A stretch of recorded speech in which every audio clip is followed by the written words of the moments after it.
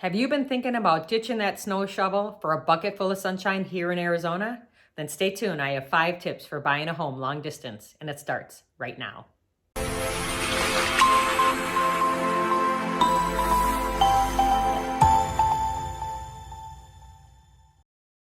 Okay, today we are talking about buying a home long distance, and I have 5 tips to help it make it go a little bit smoother. So step 1 is define your area. Basically, do some research.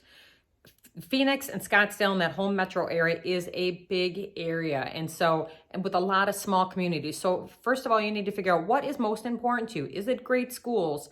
Is it you want to live in a retirement community? Do you want to live in a family community? Do you want to have walkability? Do you want to have, I only want to be 15 minutes from work. I only want to be 15 minutes from my favorite shops or restaurant. What is most important? And that is the first step in trying to narrow down your, where you're going to look. Okay, step 2 now that you've decided what your main criteria is, now you're going to narrow down to maybe just a couple communities and then find a local agent in that area that can assist you. Their knowledge in those areas is going to give you immense insight as to, what is happening, what the prices are like. The real estate market changes on a daily basis, and so that person has their pulse on what is happening in those communities, and that information will be so important to you to narrow down your search and seeing what you can get for your money and what will be the best community and best fit for you. Step 3, this is the tough one. It's called being realistic when you come out to look for houses. Okay, what do I mean by that?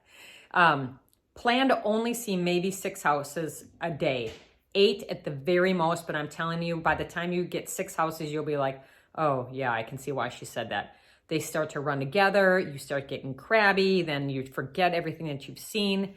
The other thing is that I think is helpful is if you can find a unique feature about each house and then maybe snap a picture of it. So maybe snap the address so you know which house it is, and then when you're in the house, find something that's going to jog your memory about that house and take a picture of that. And then when you're going through your pictures at the end of the day and kind of reviewing what you've seen, that will definitely act as a good trigger for you so that you can kind of recall, what you liked about the house and make notes. That is also helpful. What was great, what you didn't like, because your agent is going to also ask you after the fact, what you think about the house, and he or she can take notes for you too if that's helpful.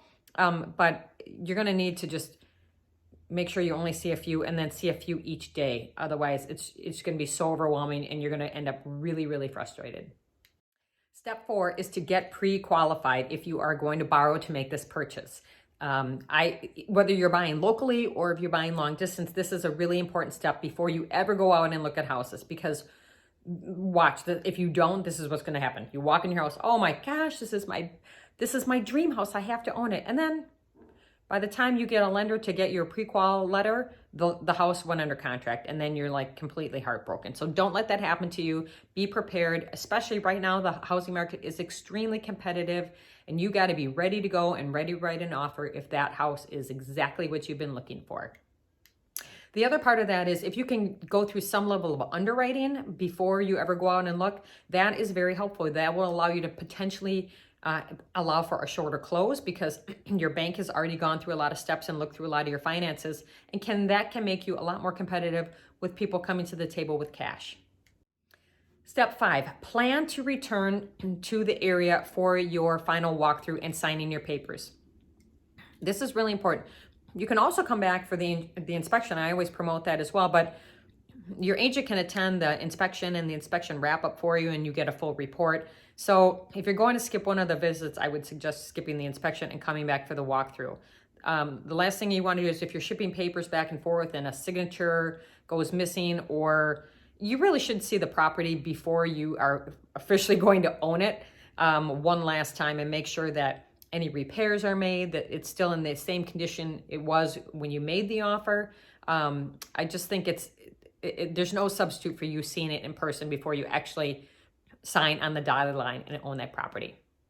Really, in this whole process, one of the things that is really most important is to have an agent that is your advocate. I know when I work with long distance buyers, a lot of times they'll send me things that they think, homes that they're interested in, and then I'll go and preview for them and take either a video if they are unavailable, or we'll FaceTime so that we can walk the property together. It gives you a great idea of the flow of the house, And let's face it, some of those pictures lie.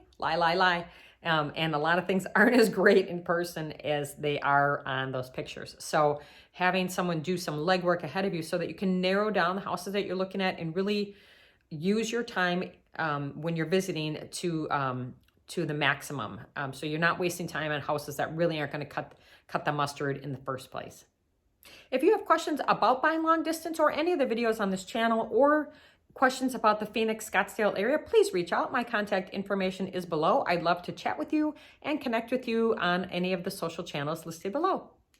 If you like the content of this video, please make sure to press the subscribe button and press the little bell to be notified when we drop our next video, which is usually every Tuesday.